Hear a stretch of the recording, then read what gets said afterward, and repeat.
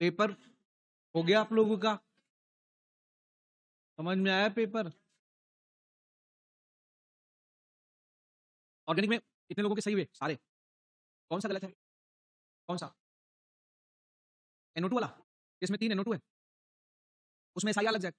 2 NO2 पास में होंगे तो SIR लग जाएगा, दोनों में, दोनों रेजोनेंस नहीं करेंगे तो बॉन्ड लेंथ ज्यादा हो जाएगा। तो एक और था, और कोई गलत था?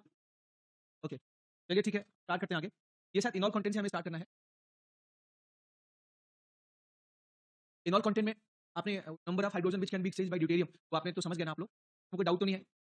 पक्का कोई डाउट तो नहीं होना चाहिए? एक यही सवाल था ना?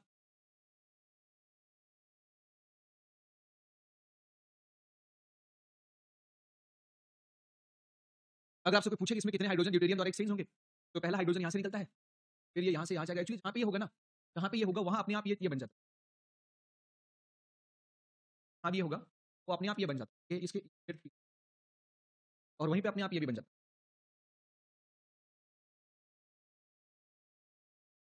जहाँ पे ये होगा ना, वो ये दोनों इक्विलिब्रियम में रहते हैं। रीजन जानते हैं क्या? आप हाइड्रोजन एसिडिक हटाएंगे, एसिडिक हाइड्रोजन हटाएंगे किनारे का, यहाँ पर माइनस आएगा, और ये माइनस चार्ज क्या करेगा? रेजोनेंस। जब ये रेजोनेंस करेगा बेटा, ये वाले एनायन में बदलेगा। तो वाटर मॉलिक्यूल का जो H होगा, एक तो ये रेजोनेंस करके और आगे जाएगा, ये बनेगा। और इसमें जो वाटर के मॉलिक्यूल होंगे, ये वाटर के मॉलिक्यूल इससे भी रिएक्शन कर सकते हैं, और ये रेजोनेंस करके यहाँ पे जा सकता है। किसी भी ठीक नंबर 700 के ऊपर आ रहे हैं कि नहीं आ रहा? अब पढ़ते हैं। क्या किसी तो गलती से पता चलेगा ना, नहीं है 700?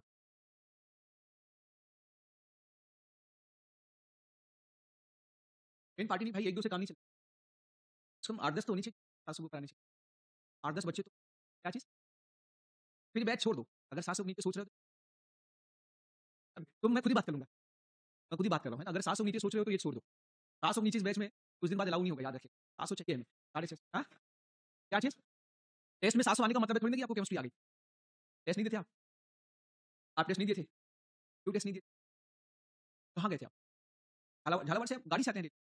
नहीं रहते हैं, कोई बात नहीं। लेकिन नंबर आप सब बढ़ाओ, 650 को ऊपर रहने चाहिए, और 8-10 और 700 के ऊपर हो। यार एक ही मौका मिला है, 3 का है, मतलब 3 गेम है, और 3 महीने गेम में बाजी पलट दो, याद रखना। और हो सकता है कि मेडिकल कॉलेज में जाने से पहले नर्सिंग का पैसा तुम्हारे अकाउंट में हो। FD कर दो, 5 साल में लगभग 1.5 गुना हो जाएगा, या मेरे घर में रख देना। मेरा बैंक संडे को भी खुला रहेगा, ठीक। और मैं मिलूंगा कि नहीं मिलूंगा इसकी गारंटी नहीं है, और ये सच हो सकता है, और आप बहुत करीब हैं। आप सब बहुत करीब हैं। मैं अपने सारे बैच समेट के शाम को, खैर मेरा तो 15 क्वेश्चन का गेम है, बाकी मेन क्वेश्चन तो आपके पास बहुत सारे बायो के और फिजिक्स के हैं। बायो में 360 में 360 से एक भी नंबर कम नहीं आना चाहिए। बायो तो गलत होने का ऑप्शन चांस ही नहीं।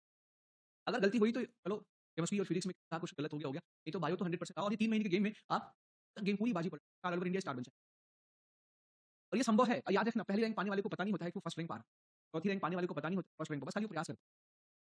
बच्ची जैसी टीम में 750 700 कुछ की थी, जेई और नीट उसकी जो है चौथी रैंक थी 2014, जेई और नीट क्वालीफाई।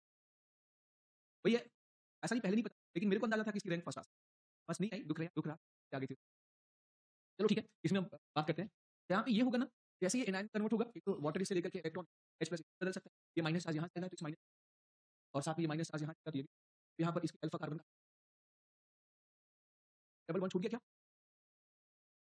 हो गया? तो मेरे ख्याल से समझ आ गया था ये बात आपको। बल्कि आप ऐसे कर सकते हैं, कंपाउंड में कितने हाइड्रोजन एक्सचेंज होंगे, एक ट्रिक बता देता हूँ। एक तो मैं खिलाफ रहता हूँ,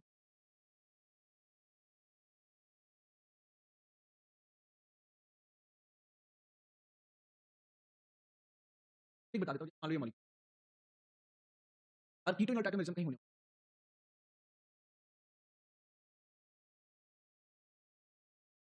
आपको पता नहीं इसमें कितने हाइड्रोजन ड्यूटेरियम द्वारा एक्सचेंज, फिर हमें इसका NaOD और D2 रिएक्शन करना है। बहुत आसान तरीका है। अब आपको क्या है कि कई सारे किनारे किनारे जो डबल बॉन्ड किनारे वाले कार्बन बार-बार पेन रखना, चेक करना। जैसे आप ये वाला हाइड्रोजन डालेंगे, ये वाला हाइड्रोजन का माइनस बढ़ जाएगा, और वो पोजीशन आया समझ में आपको? ऐसे आप चेक कर सकते हैं। यहाँ का हाइड्रोजन इधर जाएगा, यहाँ का हाइड्रोजन इधर। तो आप ऐसे भी कर सकते हैं, बल्कि आप ये भी कर सकते हैं। कार्बोनाइल ग्रुप पे आप अपने आप को, आप यहाँ खड़े हो जाइए। कहाँ खड़े हो जाइए? कार्बोनाइल खड़े हो जाइए। तेरा जो बचपन जम कर इधर की तरफ बचपन, यहाँ पर खड़े हो जाइए। तो आपको मैंने क्या कर दिया, यहाँ से आपको जंप करना है 1 से 3rd तक, परंतु हर बार जंप के वक्त 1 और 2 के बीच में डबल बॉन्ड, और अगर डबल बॉन्ड है तो जंपिंग रोक देना। आपको हर बार जंप करना 1 से किसी एटम पे, 3rd एटम, और लेकिन हर बार अरे पूरा बोर्ड आ गए, लेटेस्ट वाले बोर्ड जो है, आपको जंप करना है 1 से 3rd।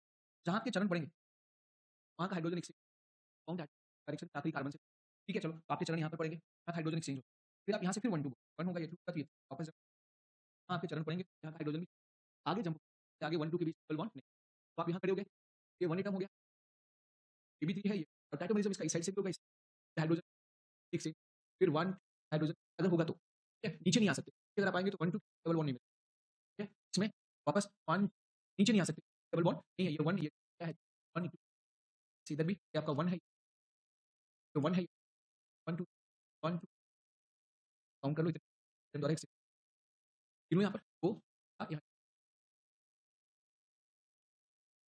काउंटिंग कर लो और एक से हो गया। फिर मैं आपसे एक सवाल करूँ और एक से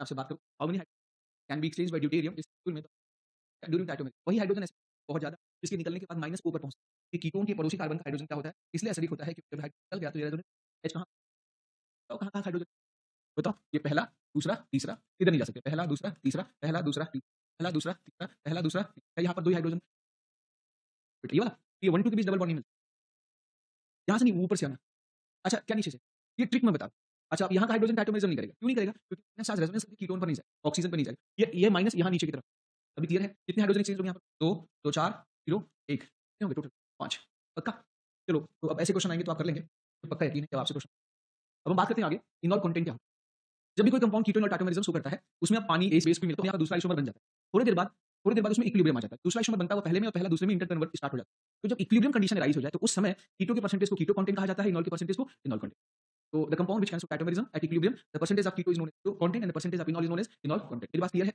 इसमें प्रैक्टिकली देखा गया है, ये मॉलिक्यूल है, जब इसका 100% हमने एक्वस सॉल्यूशन में डाला तो यहाँ पर इसका जो कीटो है ये बचा, कीटो कंटेंट बचा 99.99, ये एग्जैक्ट वैल्यू नहीं, थोड़ी बहुत पॉइंट में वैल्यू कम ज्यादा हो सकती है, और जो इसका इनॉल था वो इनॉल वैल्यू थी वो लगभग 0.01%, कीटो कितना था 99.9%, इनॉल कितना था 0.01%, आया समझ में, तो इस मॉलिक्यूल का कीटो कंटेंट कहा जाएगा 99.9%, इनॉल कंटेंट क्या कहलाएगा, ये इक्विलिब्रियम की स्थिति, अब आप कहेंगे सर 0.01% बहुत कम वैल्यू, लेकिन अगर एक मोल में 0.01 लगाएंगे तो बहुत ज्यादा वैल्यू हो जाएगी, 6 के आगे 23 जीरो लगा दो, उसका 0.01% कर दो, तो आप बता दो 0.0 वैल्यू भी क्या होती है, संख्या में बहुत ज्यादा होती है, जहां पर अरबों खरबों की बात आती है, ऐसे यहाँ पर ये मॉलिक्यूल है, इसी को भी ये इसका इनॉल आपने मार्केट से खरीदा और 100% इनॉल को यहाँ पर डिप कर दिया, ऑटोमेटिक यही कंपोजिशन इक्विलिब्रियम में अपने आप क्लियर, तो कोई भी कंपाउंड जो कीटो इनॉल टाइटोमेरिज्म शो करता है उसको पानी में डिप करने पर अपने आप दोनों आइसोमर बन जाते हैं और इक्विलिब्रियम कंडीशन में कीटो के परसेंटेज कीटो इनॉल के परसेंटेज को इनॉल कंटेंट, इसको साइक्लोहेक्साडाइइनोल, इसको अगर हमने इक्विलिब्रियम में ऐड किया तो बेटा यहाँ पर अपने आप इसका कीटो इनॉल में बदलना शुरू हो जाता है, और जब इक्विलिब्रियम पे चेक किया जाता है तो इसका कीटो मिलता है ये आई थिंक 0.001% मिलता है, ठीक है, नॉट एग्जैक्ट वैल्यू, मैं लगभग अंदाज लगा रहा हूँ, ये वैल्यू हो सकता है थोड़ी बहुत क्या हो फ्लक्चुएट करे, डिफरेंस ऐसे ही कुछ होता है, ये होता है 99.99%, एग्जैक्ट आपसे पूछेगा ही नहीं,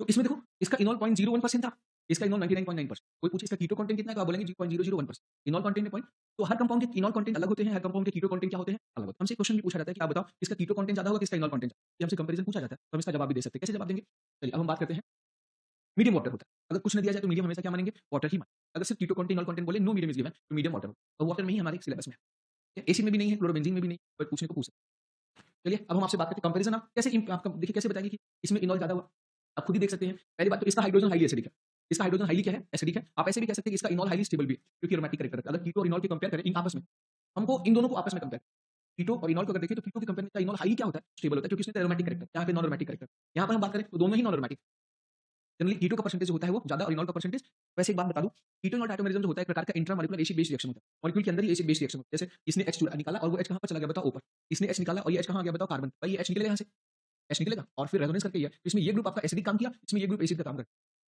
मैं लिख के देता हूं, कीटो इनॉल टाइटोमेरिज्म जो is a kind of acid base reaction, intramolecular acid base reaction, इस रिएक्शन में वो टाइटोमर ज्यादा मात्रा में पाया जाता है जिसका एसिडिक और बेसिक ग्रुप दोनों वीक होता है, in this process that titomer that isomer is present in more amount, present in major amount, which है ये मेरा ट्रिक है, which है more acidic, सॉरी गलत लिखा, which है less acidic and basic group, जैसे आपने टाइटोमेरिज्म किया,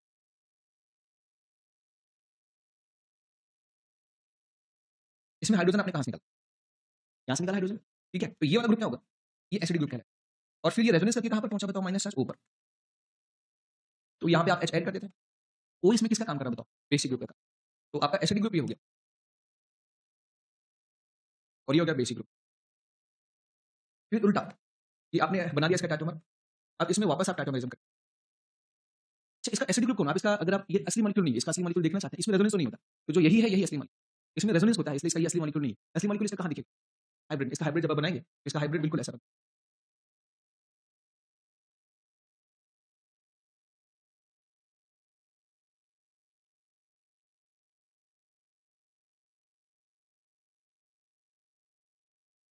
हो गया?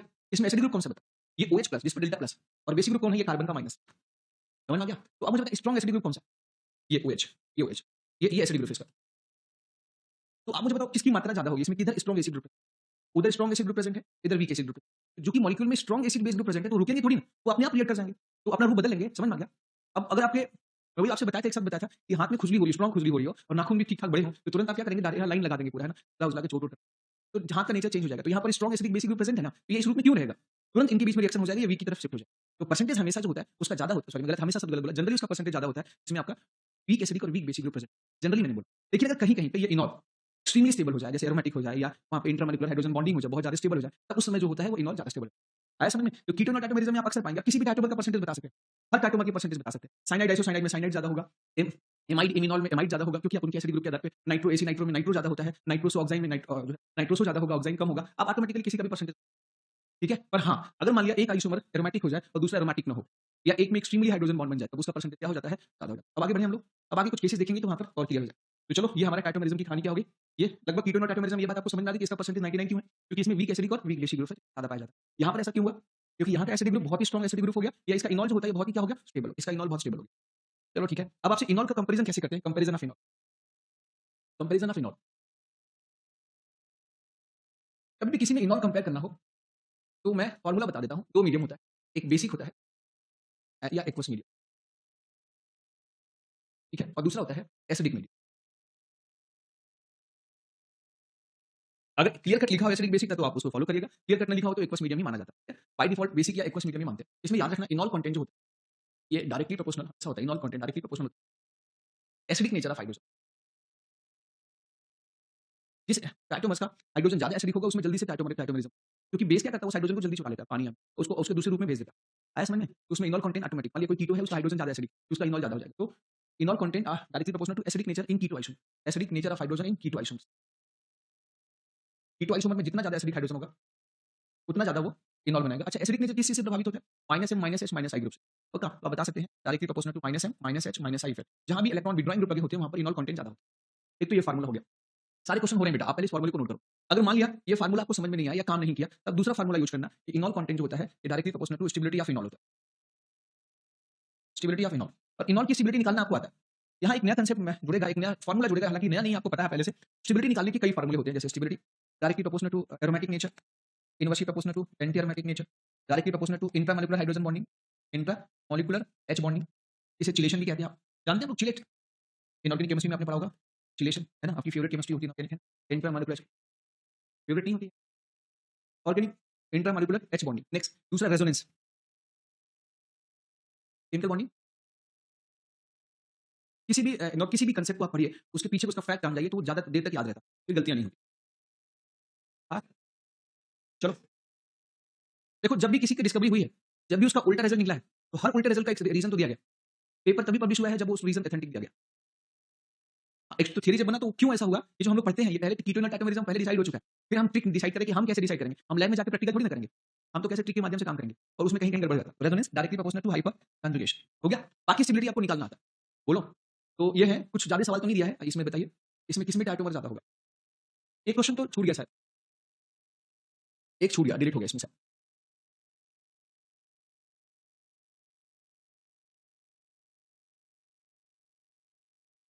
अब आप बताइए इसमें टाइटोमेरिज्म किसमें सबसे फास्ट होगा? इसका टाइटोमर जो होगा, इसका इनॉल जो होगा वो एरोमेटिक हो जाएगा, क्योंकि इस हाइड्रोजन का, ये जो कीटोन के बगल में हाइड्रोजन टाइटोमेरिज्म करेगा, और इसका टाइटोमेरिज्म करेंगे तो ये एंटी एरोमेटिक बन जाएगा, और इसका जो टाइटोमर ये नॉन एरोमेटिक। तो आप आंसर आपको साफ साफ दिख रहा होगा, तो सबसे अधिक हो जाएगा फर्स्ट, उसके बाद थर्ड, उसके बाद टू में जो इनॉल होता है ये लगभग 0% होता है, मतलब इनॉल बनना नहीं चाहता, क्योंकि उसको पता है कि अगर इनॉल बना तो हम मर जाएंगे, तो इसलिए वो बनना नहीं चाहता। इस चक्कर में ये टाइटोमेरिज्म डिवाइड करता है। तो आपसे एक भी सवाल पूछ सकते हैं, which compound do not show tautomerism? ये किसमें टाइटोमेरिज्म के ऑप्शंस बहुत कम है, इसमें ऑप्शंस बहुत क्या होते हैं कम, क्योंकि जैसे बनेगा वैसे क्या हो जाएगा, खत्म हो जाएगा। एंटीएरोमेटिक कंपाउंड रूम टेम्परेचर पे किसमें कन्वर्ट होते हैं? डाइमर। पक्का? चलिए, नेक्स्ट इसमें आप ये ख्याल मेरे ख्याल से ये सब कर लेंगे आप। इसमें बताइए हाइड्रोजन कौन सा ज़्यादा एसिडिक है? ये पहले वाले का हाइड्रोजन ज़्यादा एसिडिक है या दूसरे वाले का? दूसरे वाले का हाइड्रोजन ज़्यादा एसिडिक। आप वैसे भी कह सकते हैं कि पहले वाले में जो है डबल बॉन्ड जब इनॉल का बनेगा ये टाइटोमेरिज्म के बनाएंगे। तुरंत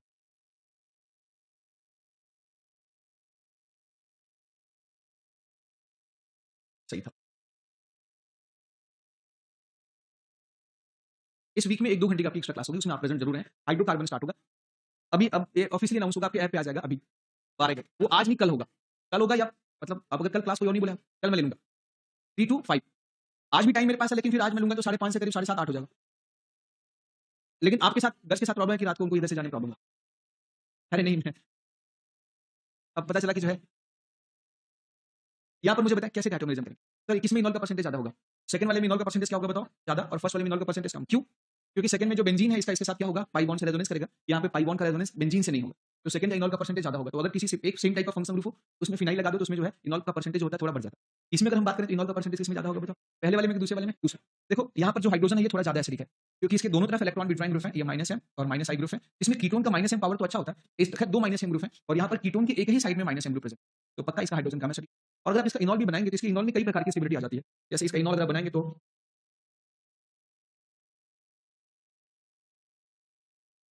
ये एक तो यहाँ पर रेजोनेंस बहुत ज्यादा हो जाएगा। अगर आप इसका इनॉल बनाएंगे तो इसके इनॉल में रेजोनेंस उतना ज्यादा नहीं होगा, थोड़ा कम होगा। ये ऑक्सीजन का लोन पेयर ही रेजोनेंस करता है, लेकिन यहाँ पे ऑक्सीजन का लोन पेयर भी रेजोनेंस करेगा इस बॉन्ड से, और ये बॉन्ड एस्टर के कार्बोनाइल ग्रुप के साथ भी रेजोनेंस होगा, तो रेजोनेंस यहाँ पर थोड़ा ज्यादा होगा, ये मोर स्टेबल होगा। एक और कारण है इसका जो OH है एस्टर के O- से हाइड्रोजन बॉन्ड भी बना है, OH का H। चिलेशन 6 मेंबर का एक चिलेट बनता है जिसकी वजह से भी ये काफी स्टेबल, इसलिए उसमें इनॉल की मात्रा ज्यादा, इसमें इनॉल की मात्रा कम होती है। नेक्स्ट इसमें भी आप बता सकते हैं इसका अगर आप इनॉल बनाएंगे यहाँ पर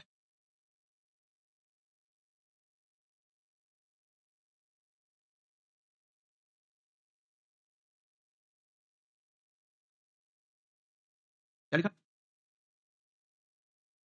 तो इनॉल किसमें ज्यादा होगा बताओ? सेकंड वाले। और फर्स्ट ही तो लिखा हूं, बोला सेकंड था, सॉरी। इसमें बता दें यहाँ पर हाइड्रोजन के साथ एक -m ग्रुप अटैच, यहाँ हाइड्रोजन के दोनों तरफ -m ग्रुप अटैच, यहाँ हाइड्रोजन के साथ दोनों तरफ -m ग्रुप, परंतु यहाँ जो दो यहाँ का जो -m ताकतवर, ketone is better -m group than ester, तो देयरफॉर आंसर हो जाएगा 3 to 1। अब इसको कहते हैं simple keto, it's simple keto, और इसको कहते हैं बीटा कीटो एस्टर। अच्छा आप सब जानते हैं ना, कभी भी किसी भी एक फंक्शनल ग्रुप पे हमने शायद बताया था आपको, तो जहां वो जुड़ा होता है वो कार्बन क्या होता है? अल्फा, उसके आगे बीटा, उसके आगे गामा, ऐसे आप बढ़ सकते हैं। मामा नहीं है ना, गामा क्या है? Alpha beta gamma delta theta, beta नीटा घसीटा, घसीटा नहीं। यहाँ पर बताएं ये एस्टर है कि नहीं? ये एस्टर, एस्टर पे अल्फा कार्बन, ये बीटा कार्बन, तो इसे दुनिया वाले कहते हैं बीटा कीटो एस्टर। क्या कहते हैं? या बीटा कीटो एस्टर, और इसको कहते हैं 1,3 डाई कीटोन, 1,3 डाई कीटोन, या इसे कहते हैं बीटा डाई कीटोन। इसे बीटा डाई कीटोन क्यों कहते हैं? एक कीटोन के अल्फा कार्बन पर, एक कीटोन के बीटा पर दूसरा कीटोन है, और दूसरे कीटोन के बीटा पर नेक्स्ट कीटोन, दोनों कीटोन एक दूसरे के बीटा पर है, और यहाँ पर इसको 3 कीटो एस्टर भी कहा जाता है। तो कभी-कभी आपके एग्जाम में ये नाम लिखने के बजाय ये इसके जनरल नेम पूछ जाते हैं, कॉमन नेम लिख करके पूछ लेता है कि बताओ beta keto ester 1,3 beta diketone में इनॉल की मात्रा किसमें ज्यादा होगी? तो बीटा डाई कीटोन में इनॉल की मात्रा क्या होगी? ये कॉमन वर्ड पूछ सकते हैं हमेशा।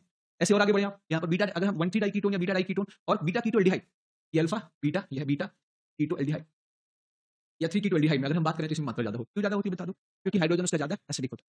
ठीक है, अब ये जनरल ऑर्डर लिखा हुआ है, कुछ जो है एक जो इनॉल कंटेंट का एक्सपेरिमेंटल डेटा के आधार पर ऑर्डर लिखा गया है। सिंपल कीटोन से ज्यादा होता है when phenyl group present with simple ketone, उससे ज्यादा होता है बीटा कीटो एस्टर में, उससे भी ज्यादा होता है 1,3 डाई कीटोन में, उससे भी ज्यादा होता है, अच्छा 1,3 डाई कीटोन दो बार आ गया तो आप उसे एक ही मान के चलिएगा, है ना। ये आपका सिंपल कीटोन है, ये simple ketone with phenyl group, ये है बीटा कीटो एस्टर, इसको कहते हैं बीटा डाई कीटोन, ये वही चीज है, इसको कहेंगे बीटा कीटो एल्डिहाइड। नेक्स्ट इसका नाम क्या होगा? अच्छा beta keto aldehyde with phenyl group हो गया, सेम चीज है, और ये आपका साइक्लो हेक्सा डाई इनोन, आप इसका नंबर भी लिख सकते हैं IUPAC में से। तो ये है मेरे ख्याल से ऐसे क्वेश्चन आप कर हो जाएगा। ओके, बाकी जो भी क्वेश्चन आप करिएगा, थोड़ी सी एक जगह दिक्कत आपकी होगी, वो प्रॉब्लम कौन कौन से क्वेश्चन करने वाले हैं वो देख लेते हैं। पहला, अगर हम 1,3 डाइकीटोन की बात करें और 1,2 डाइकीटोन की बात करें तो इनॉल की मात्रा किसमें ज्यादा होगी? फर्स्ट वाले में, क्योंकि इसका हाइड्रोजन, ये बीच का जो हाइड्रोजन है ये ज्यादा एसिडिक है, इसके दोनों तरफ -m और -i ग्रुप, इसके दोनों तरफ मोर एसिडिक है, -m -i ग्रुप प्रेजेंट है, इसमें एक ही तरफ -m -i ग्रुप प्रेजेंट, पहली बात। और दूसरा, इसमें एक प्रॉपर चिलेट भी बन सकता है, प्रॉपर चिलेट बना सकते हैं आप लोग, एक 6 मेंबर का चिलेट यहाँ पर बनता है, तो दोनों कारण से इसका जब चिलेट आप बनाएंगे तो ये ऐसे बनेगा। चिलेट मतलब इंट्रामोलिकुलर हाइड्रोजन बॉन्ड। ये बात सबको समझ में आ रही है कि कुछ ये सावधानी वाली कुछ क्वेश्चन है जहाँ पर आपको गलतियां होती हैं। ओके, तो ये तो आप डायरेक्ट बता देंगे इसमें मात्रा ज्यादा, लेकिन ये है ओपन चेन, ये एसाइक्लिक, इसका नाम है बीटा डाइकीटोन या 1,3 डाइकीटोन, इसको कहेंगे अल्फा डाइकीटोन। अल्फा डाइकीटोन सब लोग समझ गए? इस कीटोन के अल्फा पर ये कीटोन, इस कीटोन के अल्फा पर ये कीटोन है, इसे 1,2 डाइकीटोन भी कह सकते हैं, और इसका नाम 1,3 डाइकीटोन कहते हैं। ओके, ये ओपन चेन है तो ये आंसर होता है, अगर ये साइक्लिक होता है तो आंसर बदल जाता है। जैसे हमने ये साइक्लिक दे दी, साइक्लिक वन, ये हाइड्रोजन इसका एसिडिक होता है, ज्यादा एसिडिक होता है, समझ में आ गया? पर इसका चिलेट स्टेबल नहीं होता। इसका इनॉल अगर आप बना देंगे, इसका जो इनॉल बनाएंगे वो ऐसा बनेगा। ये आपस में हाइड्रोजन बॉन्ड नहीं बना सकते। क्यों नहीं बना सकते? क्योंकि H और O के बीच की दूरी बहुत क्या है, ज्यादा है, और रिंग बन नहीं सकती है। और ये नजदीक जा नहीं सकती, क्योंकि 5 मेंबर रिंग मेंटेन करने के लिए इसको ऐसे ही रहना पड़ेगा। लेकिन अगर हम यहाँ पर बात करें इस केस में, तो यहाँ पर जो चिलेट होता है, ये चिलेट बन जाता है। हाइड्रोजन स्लाइटली लेस एसिडिक होने के बावजूद भी इसका चिलेट जो है बहुत स्टेबल होने की वजह से हल्का सा परसेंटेज इसमें जो इनॉल का होता है वो ज्यादा पाया जाता है। ओपन चेन में 1,3 डाइकीटोन होता है, बस साइक्लिक 1,2 साइक्लिक के केस में 1,3 डाइकीटोन से ज्यादा किसका हो जाता है बेटा? 1,2 डाइकीटोन। यहाँ डबल बॉन्ड छूट गया है, आप बना लें। हो गया? क्या चीज? उसका और ज्यादा हो जाएगा, बहुत ज्यादा एसिडिक हाइड्रोजन हो, और ज्यादा हो जाएगा, बीटा डाइल्डी हाइड्रोजन, या आप उसे लिख सकते हैं कि जिम डाइल्डिहाइड भी कह सकते हैं, एक ही कार्बन पे डुअल हाइड्रो प्रेजेंट है। आप आराम से बता सकते हैं, ठीक है? वैसे तो इन्हीं में से कोई क्वेश्चन आपके आ जाएंगे, जो हमने जनरल लिख रखे हैं ना, इन्हीं में से क्वेश्चन पूछा जाता है, बहुत परेशान आपको नहीं किया जाएगा। अच्छा, कीटो इनॉल का जो परसेंटेज होता है, कीटो और इनॉल का जो परसेंटेज होता है, वो टेम्परेचर पे भी डिपेंड करता है। एक ही कंपाउंड का जो इनॉल जो होता है, वो अगर एक्स टेम्परेचर पे कुछ और आता है, तो वाई टेम्परेचर पे क्या होता है, कुछ और आता है। तो टेम्परेचर बढ़ने पर इनॉल का परसेंटेज घटता है, टेम्परेचर बढ़ने पर इनॉल का परसेंटेज क्या होता है? जैसे मैं आपसे पूछूं एक question, effect of temperature on इनॉल,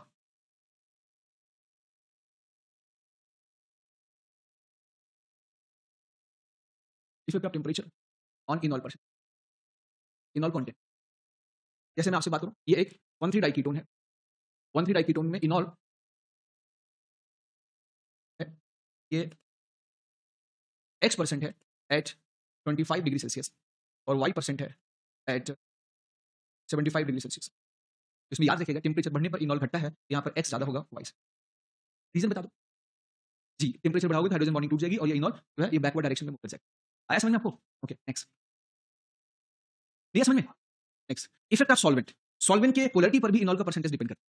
अगर पोलरिटी ज्यादा होती है तो इनॉल का परसेंटेज कम हो जाता है। क्यों बताओ? बिल्कुल, क्यों? रीजन बता दो। सही बोला एकदम। जब आप रीजन बता देंगे ना, तो फिर ये आपके हमेशा के लिए 100% कंफर्म हो जाएगा, कभी भी ये हमेशा के लिए कंफर्म हो जाएगा। इफेक्ट ऑफ सॉल्वेंट, आपने बोला एकदम सही बेटा, आपने सुना भी सही है। Effect of polarity, effect of solvent polarity. अगर हम आपसे पूछें कि अगर इस कंपाउंड का हमने इनॉल बनाया और पानी में इन वाटर x% है,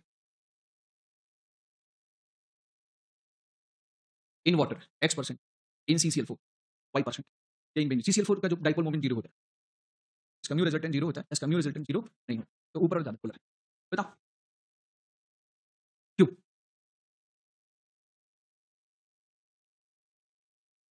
पानी में ये ज्यादा कंफर्टेबल फील है। इसकी जो हाइड्रोजन बॉन्ड बनाने की प्यास थी वो बुझ चुकी है। कैसे? क्योंकि आपस में हाइड्रोजन बॉन्ड यहाँ पर बना चुका है, लेकिन इसकी हाइड्रोजन बॉन्डिंग जो भी बनाने की कैपेसिटी थी, जो हाइड्रोजन बॉन्ड बनाने की इच्छा थी, वो अभी भी बरकरार है। तो ये जो वाटर मॉलिक्यूल होंगे ना, उसके साथ इसका हाइड्रोजन बॉन्ड बनेगा। जब वाटर के साथ ये ज्यादा घुलेगा मिलेगा, तो वाटर में इसके पाए जाने की प्रोबेबिलिटी भी क्या होगी? ज्यादा होगी। तो जब ये ज्यादा होगा तो ऑटोमेटिक वाटर में वो क्या हो जाएगा? कम। तो यहाँ पर y will greater than x। बोलो, नहीं आया समझ में? अच्छा, नहीं आया? किसको नहीं आया? देखो बेटा, ये दोनों को हमने पानी में मिक्सअप कर दिया, इस पूरे सोल्यूशन में पानी भरा। अब बताओ पानी से दोस्ती कौन करेगा? ये तो नहीं करेगा ना, क्योंकि ये अपने फैमिली में खुश है, और उसी से बिल्कुल इसका लेना देना नहीं। लेकिन ये क्या करेगा? पानी में जो इसका O होगा, ये इसके वाटर मॉलिक्यूल का जो प्लस किनारा होगा, ये उसके साथ इंटरेक्ट होगा कि नहीं होगा? इसके साथ वाटर इंटरेक्ट करेंगे कि नहीं करेंगे? ये वाटर का H इसके साथ हाइड्रोजन बॉन्ड बनाएगा कि नहीं बनाएगा? क्योंकि कीटोन आप बनाएंगे बेटा ऐसे, यहाँ पर माइनस, यहाँ पर प्लस। अब मुझे बताइए, वाटर में जो H होगा, HOH, जो H होगा, H पर कौन सा चार्ज होता है? प्लस होता है ना। तो ये वाटर का जो H होगा, ये O से इंटरेक्ट होगा कि नहीं होगा? तो वाटर के मोहल्ले में इसको प्यार ज्यादा मिलेगा, मतलब ये वाटर के मोहल्ले में सॉल्वेट ज्यादा होगा, तो ये इसके उस साइड में जाने की प्रोबेबिलिटी क्या हो जाएगी? कम हो जाएगी। नहीं आया समझ में? वाटर वन मॉलिक्यूल इसको स्वीकार नहीं कर रहे हैं, जब मोहल्ले से कोई बिल्कुल लेना देना नहीं है, तो मोहल्ले वाले इसको क्या कर देंगे? बाइकाट कर देंगे। आया समझ में आपको? तो इस वजह से सॉल्वेंट हाँ, वाटर में कीटोन ज्यादा कंफर्टेबल हो जाएगा, स्टेबल हो जाएगा, क्योंकि पानी इसको चारों तरफ से सॉल्वेट कर घेर लेगा। पानी पे आपको किसी मोहल्ले में प्यार ज्यादा मिले, आप उस मोहल्ले में ज्यादा रहेंगे, या जिस मोहल्ले में लोग गाली ज्यादा दे आपको, याद बेटा बताइए। हाँ? नहीं नहीं, क्या हुआ? नहीं समझ में आया? आप समझ गए? जी बताओ, जरूरत क्यों? जब इसको हाइड्रोजन बॉन्ड बना के स्टेबल हो गया। अब मेरी बात सुनो, किसी एक मॉलिक्यूल में ज्यादा बॉन्ड बनने से वो मॉलिक्यूल स्टेबल होता है। एटम कम हो, बॉन्ड ज्यादा, तो जो है मॉलिक्यूल स्टेबल होता है। फैमिली में मेंबर कम हो, प्यार ज्यादा, तो फैमिली स्टेबल होती है। ठीक है, फैमिली में मेंबर कम हो, प्यार ज्यादा, तो स्टेबिलिटी क्या होती है? बढ़ती है। फैमिली में मेंबर ज्यादा हो, प्यार कम, तो स्टेबिलिटी जो होती है वो कम होती है। समझ में आ गया? तो अगर एटम तो बराबर ही ना, जितना इसके पास एटम उतना इसके पास एटम है, तो अगर ये आपस में बॉन्ड बनाएगा तो इसकी स्टेबिलिटी थोड़ी क्या होगी? ज्यादा होगी। जी बताएं। जिस नहीं वो डिपेंड नहीं करेगा टेम्परेचर पे। हाँ, तो यहाँ पर भी मैं आगे आपको लिखाने वाला हूँ कि पोलरिटी एंड टेम्परेचर डिपेंड, किस पे डिपेंड करता है बताओ? पोलरिटी एंड टेम्परेचर जो होता है वो ये उस इनॉल को प्रभावित करता है जहाँ पे कौन सा प्रेजेंट होता है? Hydrogen bonding. क्या बेटा? मैं अनस्टेबल नहीं कर रहा हूँ, ये वाटर मॉलिक्यूल इसको सॉल्वेट कर लिया, ठीक है, वाटर मॉलिक्यूल ने ढेर सारे पानी ने इसके साथ हाइड्रोजन बॉन्ड बना लिया, तो जब पानी किसी के साथ अट्रैक्ट होगा तो इसकी एनर्जी क्या होगी? लॉस होगी। एनर्जी लॉस होगी तो स्टेबिलिटी क्या हो जाएगी? बढ़ जाएगी। आया समझ में आपको? तो इसलिए पानी में मतलब इसका परसेंटेज होता है पानी में अगर हम बात करें तो एसीटोन के पानी और उसमें CCl4 के कंपेयर में पानी में इसका परसेंटेज ज़्यादा होगा। CCl4 नहीं से हाइड्रोजन बॉन्ड बनाता है, नहीं से बनाता है। क्योंकि CCl4 का मतलब नहीं से है तो तब फिर जो आपस में हाइड्रोजन बॉन्ड बनाएंगे उसका परसेंटेज क्या हो जाएगा? यहाँ पर ये आपस में सिर्फ एक फोर्स ऑफ अट्रैक्शन द्वारा जुड़ रहे हैं, यहाँ पर ये पानी के साथ ढेर सारे अट्रैक्शन द्वारा जुड़ रहे हैं। आगे बढ़ें? चलो ठीक है, इसी के साथ आपका ये वाला पार्ट क्या हुआ? समाप्त हुआ। मेरे ख्याल से हम बता चुके हैं कीटोन और डायटोमिज्म। ये गलत स्लाइड यहाँ पे आ गई, इसको मिटा डिलीट कर दें। ये जीओसी खत्म होती है आपकी, इंक्लूडिंग डायटोमिज्म। अच्छा, आप लोग पूरे डीपीपी जीओसी के अगर लगा लिए हैं?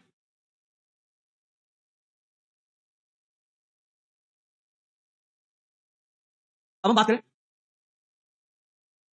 जीओसी में एक दो डीपीपी शायद आपके पास आ गई है जो आगे रिएक्शन में पढ़ाया जाता है, जिसे रिएक्शन रिएजन कहा जाता है। तो अभी हमारे पास समय है तो इसको भी यहीं पे खत्म कर लेते हैं। ठीक है, रिएक्शन जी बेटा, बेसिक नेचर का जनरल ऑर्डर। अच्छा, तो अभी बता दूं जनरल ऑर्डर बेसिक नेचर का क्या?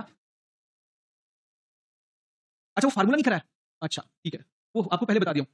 यहाँ पर अगर आपको एसिडिक मीडियम में पूछा जाए तो मीडियम अगर एसिडिक है तो हाइड्रोजन के ज्यादा एसिडिक होने से फर्क नहीं पड़ता। तब वहां पर फार्मूला नंबर 2 से पहले क्वेश्चन सॉल्व करेंगे। अगर आपको एसिडिक मीडियम में पूछे तो सबसे पहले क्या चेक करेंगे? स्टेबिलिटी। फार्मूला नंबर 2 पहले अप्लाई करेंगे, उसके बाद किसको अप्लाई करेंगे? Formula number 1। मतलब ये फार्मूले का क्रम चेंज कर देंगे। अगर आपसे पूछा जाए मीडियम चेंज कर देंगे, क्योंकि एसिडिक मीडियम में एसिड होने से कोई फर्क नहीं पड़ता। तो एसिडिक हाइड्रोजन देखे बगैर आपको सबकी नॉल बना के स्टेबिलिटी आपको बताना। ये तो हो गया, सेम चीज है। आया एसिडिक मीडियम में ये वाला फार्मूला मत देखो, डायरेक्ट इस फार्मूले से काम चला। चले आगे, अब तो हो गया क्या बेटा?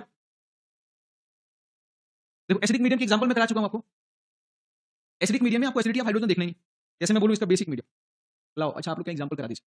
मैं आपसे बोलूं इसमें बेसिक मीडियम में किसका एंगल ज्यादा होगा? इसका हाइड्रोजन ज्यादा एसिडिक होगा, इसका हाइड्रोजन कम एसिडिक होगा। एक तो हम इससे बता दिए, तो हो गया आंसर। अब पूछा जाए एसिडिक मीडियम में किसका एंगल ज्यादा होगा, तो ये ज्यादा स्टेबल इनॉल होगा, वो कम स्टेबल इनॉल होगा, तो भी आंसर वही आएगा। अक्सर दोनों में सेम आता है। अक्सर दोनों में क्या आता है? सेम। जहां रेजोनेंस होता है वहां दोनों में क्या आते हैं? सेम। जहां इंडक्टिव इफेक्ट सिर्फ लगता है, जहां रेजोनेंस के साथ जो है इंडक्टिव इफेक्ट का इफेक्ट आता है, वहां पर ही आंसर क्या आता है? चेंज। मैंने एक जगह आपको कहां पर बताया था, वो जो आपको मेथड ऑफ इनोलाइजेशन बताया था ना, वहां पर एक जगह पर मेजर जो है एसिडिक मीडियम में मेजर कुछ और था और बेसिक मीडियम में मेजर कुछ और।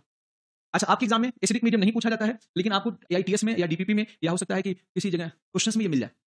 बहुत सारे क्वेश्चंस आपके डीपीपी के जो आउट ऑफ सिलेबस हैं, जो आपके एग्जाम में कभी नहीं आएंगे। बहुत सारे क्वेश्चंस आपके जो सीट में दिए गए वो आपके एग्जाम में कभी नहीं आएंगे। हम डिस्कस करेंगे, उसके बारे में बताएंगे। हमने जो आपको पढ़ाया आपका कॉन्फिडेंस बूस्ट अप करने के लिए कि आपको हर चीज पता है। अब मैंने आपको जीओसी पढ़ा दिया। अब उम्मीद करता हूं कि कोई भी आपसे जीओसी पूछे उसका जवाब दे। ठीक है, अब आप जवाब दे सकते हैं। बस energy of homolysis, energy of हेटेरोलिसिस और मोनोक्लोनल डेरिवेटिव जो आगे पढ़ाने हैं उनको छोड़ करके जो आगे पढ़ाए जाएंगे।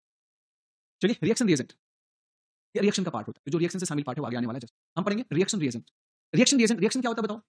जब भी दो मॉलिक्यूल को आपस में मिलाते हैं, जैसे पी एन क्यू, आर और एस, तो रिएक्शन में अक्सर ये होता है कि जो पुराने बॉन्ड होते हैं वो टूटते हैं, नए बॉन्ड का फॉर्मेशन होता है। तो ब्रेकिंग ऑफ पुराना bond and formation of breaking of old friendship and making of new friendship is known as reaction. P and Q जो आपस में जन्म जन्म तक रहने की कसमें खाए थे, इनके बीच का बॉन्ड टूट गया। आर और एस ने भी कसम खा रखी थी, तोड़ दिया। पी की दोस्ती होगी किसके साथ बताओ? आर से। और क्यू की दोस्ती किसकी होगी बताओ? एस के साथ। ये रिएक्शन। इस रिएक्शन में जो लेफ्ट हैंड वाला पार्ट है, ये इसे आप सब जानते हैं रिएक्टेंट कहा जाता है। और जो राइट वाला पार्ट जो बनता है, जो रिजल्ट प्राप्त होता है, इसे क्या कहते हैं? रिएक्टेंट होता है वो दो प्रकार का होता है।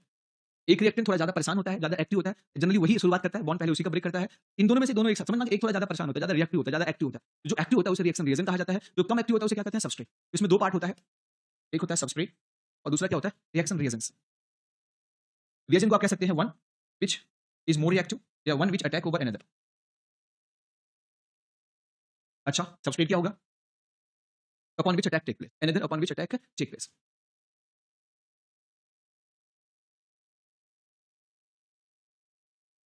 चलो, रिएजेंट की definition, the reactant which attack over another reactant are known as reagents. Reagents जो होते हैं ये दो कार्बन से अटैक करते हैं। ये दो प्रकार के होते हैं, टाइप्स ऑफ रिएक्टेंट। रिएक्टेंट दो प्रकार के आपको मिलेंगे। एक तो मिलेंगे इलेक्ट्रोफाइल, आप सब जानते हैं, इसमें ये इलेक्ट्रो का मतलब होता है इलेक्ट्रॉन और फाइल का मतलब होता है लविंग एजेंट या सीकिंग एजेंट। सीकिंग या लविंग एजेंट, ये सबको पता है ना? बाकी पता हो चाहे ना पता हो, है ना? ये तो इलेक्ट्रोफाइल्स का डेफिनेशन क्या होगी? Reactant which seeks electrons, reactant which seeks electrons या रिएक्टेंट व्हिच लव्स इलेक्ट्रॉन्स, उन्हें क्या कहेंगे बताओ? इलेक्ट्रोफाइल। लिखने की जरूरत है या समझ गए? समझ गए ना? अच्छा, इसमें जो है ये उल्टा होता है, ये न्यूक्लियो मतलब न्यूक्लियस होता है, या न्यूक्लियस का मतलब हुआ पॉजिटिव चार्ज। पॉजिटिव चार्ज मतलब इलेक्ट्रॉन डेफिशिएंट सेंटर, मतलब जहां इलेक्ट्रॉन की कमी हो। ठीक है, तो कोई इलेक्ट्रॉन डेफिशिएंट सेंटर को तलाशे और उसको इलेक्ट्रॉन दे दे, ठीक है, उसे कहा जाता है न्यूक्लियोफाइल। फाइल मतलब आप जानते हैं लविंग एजेंट या सीकिंग है। तो इलेक्ट्रॉन डेफिशिएंट सेंटर को कौन तलाशेगा? जिसके पास इलेक्ट्रॉन की क्या होती है? अधिकता। ये जनरली क्या होते हैं? They are electron deficient. ये इलेक्ट्रॉन डेफिशिएंट होते हैं। ये क्या होते हैं? Electron rich. इलेक्ट्रॉन रिच का मतलब ये नहीं होता कि जितने ऑर्बिटल हैं उससे अधिक इलेक्ट्रॉन्स हो। अगर किसी का ऑर्बिटल भरा हुआ है तो हम उसे क्या कहते हैं? इलेक्ट्रॉन रिच कहते हैं। They are electron rich. ठीक है, नेक्स्ट। अच्छा, ये बिहेव कैसे करते हैं? They may behave as Lewis acid, may behaves as Lewis acid. What is Lewis acid? जो इलेक्ट्रॉन पेयर एक्सेप्टर होते हैं उनको क्या कहते हैं? लुईस एसिड कहते हैं। तो may behaves as Lewis acid generally, not all. कोई इलेक्ट्रॉन को चाहता है और पेयर में इलेक्ट्रॉन लेता है तो लुईस एसिड होता है। लेकिन कुछ लोग एक ही इलेक्ट्रॉन लेते हैं, वो पेयर में नहीं लेते, उनको लुईस एसिड नहीं कहा जाता। बल्कि आप ऐसे कह सकते हैं उल्टा, जहां भी लुईस एसिड जानते हैं वो सब इलेक्ट्रोफाइल्स होते हैं। All Lewis acids are electrophile, but all electrophiles are not Lewis acid. आया समझ में? जैसे अभी आगे हम आपको बताएंगे कार्ब जो फ्री रेडिकल्स होते हैं उनके आउटर मोशन में 7 इलेक्ट्रॉन्स होते हैं, तो वो हमेशा एक ही इलेक्ट्रॉन लेते हैं, वो आपके इलेक्ट्रोफाइल तो होते हैं पर यूवी से सीधे नहीं होते, आगे हम आपको बताएंगे। अच्छा, ये इलेक्ट्रॉन लेके खुद को रिड्यूस करते हैं, लेकिन सामने वाले को क्या करते हैं, ऑक्सीडाइज, तो इसलिए आप इसे लिख सकते हैं they may behaves as oxidising agent. तो जिनको आप ऑक्सीडाइजिंग एजेंट कहते हैं, या कहीं पर किसी रिएक्शन में रिडॉक्स रिएक्शन हो रहा और कोई ऑक्सीडाइजिंग एजेंट हो, तो वो एक प्रकार का इलेक्ट्रोफाइल। आया समझ में आपको? तो all oxidizing agents are kind of electrophile. ऐसे इसका उल्टा है, लिख देंगे आप, ये क्या होंगे, they may behaves as Lewis base, not all, यहां पर भी अप्लाइड है। Next, they may behaves as reducing, पक्का, ये दो प्रकार के होते हैं। It is a two types. आपको एक तो जिस पर साफ साफ दिखेगा पॉजिटिवली चार्ज ई प्लस, और दूसरा होता है न्यूट्रल। ये क्या होता है? नेक्स्ट, ये होते हैं टू टाइप। पहला फर्स्ट नेगेटिवली चार्ज, दूसरे क्या होते हैं, बोलो, न्यूट्रल। बस हो गया। इसका न्यूट्रल को हम ई लिखते हैं सिंबल, और इसमें न्यूक्लियोफाइल को सिंबल NU माइनस होता है, और इसका सिंबल NU होता है। नेक्स्ट अब हम बात करेंगे फ्री रेडिकल्स। आगे बस फ्री रेडिकल इलेक्ट्रोफाइल होते हैं, इलेक्ट्रॉन डेफिशिएंट होते हैं। चलिए हम बात करते हैं, सारे एग्जांपल दिखा कैसे पहचानेंगे, आइडेंटिफिकेशन, पहचानेंगे कैसे, ट्रिक, तरीका, किसी बुक्स में नहीं लिखा है लेकिन पहचानने का एक हमने समरी बना रखा है कि हम कैसे पहचानेंगे। पहली बात, कहीं भी पॉजिटिव चार्ज दिखे, all positively charged are electrophiles, except किसको छोड़ देना, फर्स्ट ग्रुप और सेकंड ग्रुप के केटायन को छोड़ देना। ये लोग क्या है, इनके पास आउटर मोशन में एक इलेक्ट्रॉन थे जिसको लेके ये परेशान थे, जैसे सोडियम है, इसके आउटर मोशन में एक इलेक्ट्रॉन, वो उसी एक इलेक्ट्रॉन के चक्कर में परेशान है, ये इनर गैस बनना चाहता है। तो अब इनर गैस बनने के दो ऑप्शन, या तो 7 इलेक्ट्रॉन किसी से उधार मांगे, या तो एक इलेक्ट्रॉन किसी को दे दे। तो आसान काम कौन सा होता है इसके लिए, देना। तो इसलिए हमेशा क्या करता है, अपना एक इलेक्ट्रॉन निकाल देता है और ये कन्वर्ट हो जाता है 2 में। ठीक है, अब इसने स्वेच्छा से इलेक्ट्रॉन्स निकाला है और कहीं इसको इलेक्ट्रॉन मिलता है तो इसको मांगता नहीं, लेता नहीं। हाँ, इसलिए अपने पॉजिटिव चार्ज से परेशान, पॉजिटिव चार्ज जहां भी माइनस चार्ज देखता है वहां पर पॉजिटिव चार्ज रुक जाता है, याद रखिएगा वो बस, लेकिन वो इलेक्ट्रॉन घर नहीं लगा। ये पॉजिटिव चार्ज और नेगेटिव चार्ज के बीच में फोर्स ऑफ अट्रैक्शन क्रिएट होता है, लेकिन ये कभी भी जो है इसे अपने जो है अपने ऑर्बिटल में लाना नहीं चाहता, क्योंकि लाकर के खुद क्या हो जाएगा, स्टेबल हो जाएगा, अनस्टेबल हो जाएगा। जैसे आप रास्ते में आ रहे हो, हाथ में बहुत ठंडी लग रही है, कहीं पे आग जल रही है ना, आप वहां पे खड़े होकर हाथ थोड़ा देर के लिए सेक लेते हो, लेकिन अपना हाथ उसके अंदर नहीं डालते कभी, है ना, तो पता चला कि जल जाएगा। वही हाल सोडियम भी है, सोडियम Cl के साथ रहता है। Cl के आउटर मोशन में पहले 7 इलेक्ट्रॉन था, एक और लेकर के Cl माइनस हो चुका। ये चाहता तो एक इलेक्ट्रॉन ले सकता था Cl माइनस, लेकिन नहीं लेता, बस इनके प्लस और माइनस एक दूसरे से फोर्स ऑफ अट्रैक्शन द्वारा जुड़े होते हैं, जिसे आयनिक बॉन्ड कहते हैं, जानते हैं आप लोग। तो ये फर्स्ट ग्रुप के जो केटायंस होते हैं, ये इनमें प्लस होने के बावजूद भी ये इलेक्ट्रॉन को नहीं लाते, और जो इलेक्ट्रॉन को चाहने से काम नहीं चलेगा, इलेक्ट्रॉन को चाहे और इलेक्ट्रॉन को घर भी लाए, उसी को इलेक्ट्रोफाइल कहेंगे, और उसके साथ जुड़ भी जाए परमानेंटली, है ना, सिर्फ चाहने से काम नहीं चलेगा, समझ में आ गया? तो ये निभाए भी, ठीक है, ओके। अब पता लगे इलेक्ट्रॉन दिखे, उसको चाहे प्रणाम करके चलाए, कोई फर्क नहीं है, इलेक्ट्रोफाइल नहीं कहलाएगा। अगला, तो अब समझ गए ना आप लोग, तो जहां भी प्लस दिखेगा उस सबको क्या कहेंगे बताओ, इलेक्ट्रोफाइल कहेंगे। अब हम आगे बात करते हैं न्यूट्रल कैसे पहचानेंगे। न्यूट्रल पहचानने का आसान तरीका, कहीं भी कोई मॉलिक्यूल दिखे, मेरे सुन लो, मैं ज्यादा अच्छा बोल रहा हूं, ठीक है, ABN मॉलिक्यूल कहीं पर दिखे और जो सेंट्रल एटम है इसका इनकम्प्लीट ऑक्टेट, तो ICO मतलब इनकम्प्लीट, हमारे पास स्पेस कम होता है वो आईपैड पे, तो इसलिए हम ज्यादा लिख नहीं पाते, इनकम्प्लीट ऑक्टेट। घर पे बैठ के स्मार्ट बोर्ड वहां भी खड़े होकर लिखूंगा, बैठ के लिख लेता हूं, ठीक है, इनकम्प्लीट ऑक्टेट। हाँ, बिछा के उसी के ऊपर बैठ के लिखे ना, सही कहता।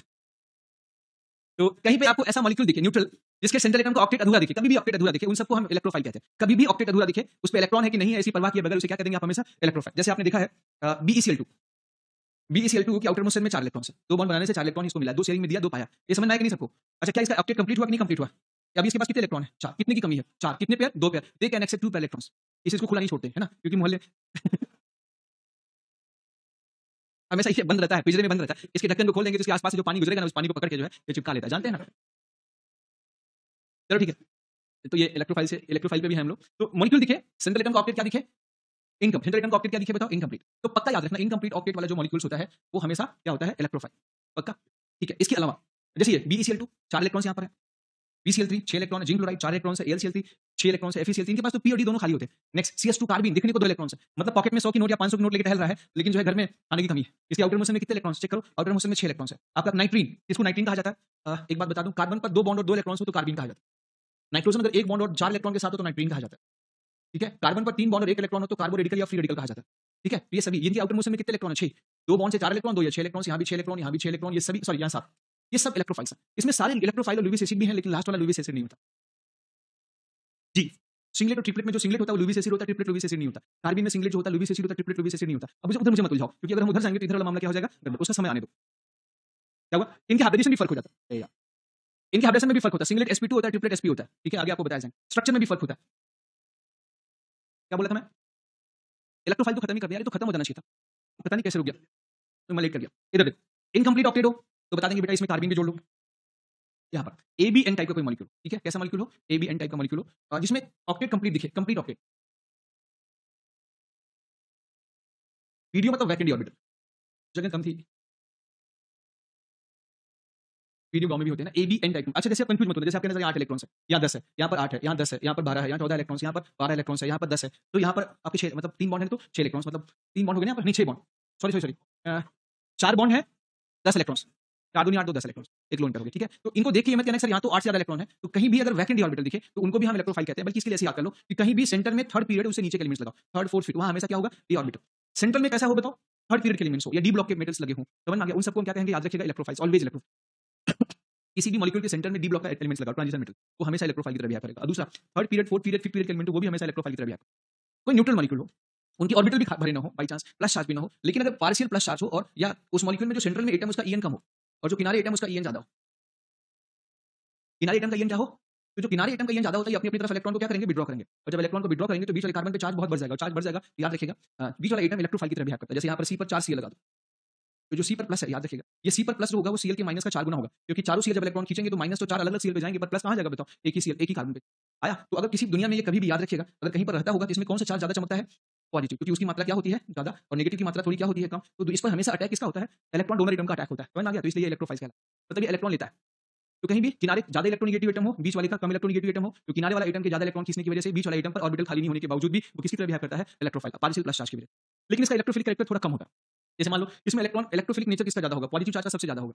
फिर उसका होता है जिसका पी ऑर्बिटल खाली होता है, फिर उसका होता है जिसका पी भरा हो, डी खाली हो, फिर उसका होता है जिसमें कोई भी ऑर्बिटल खाली ना हो पर वहां पर पार्शियल पॉजिटिव चार्ज है। तो इलेक्ट्रोफिलिक कैरेक्टर एक में यहां से ले लूं, एक यहां से ले लूं, एक यहां से ले लूं, एक यहां से, तो आप बता देंगे ना किसका ज्यादा होगा। ओके, तो नेक्स्ट हम न्यूक्लियोफाइल पढ़ेंगे। लिविंग नेचर रह गया, 2 मिनट का काम खाली रह गया। नेक्स्ट वाले चैप्टर में जोड़ लें क्या, अच्छा डीपीपी आप लोग लाएंगे नेक्स्ट लेक्चर में, डीपीपी एक बार यहीं पे पूछ लेना।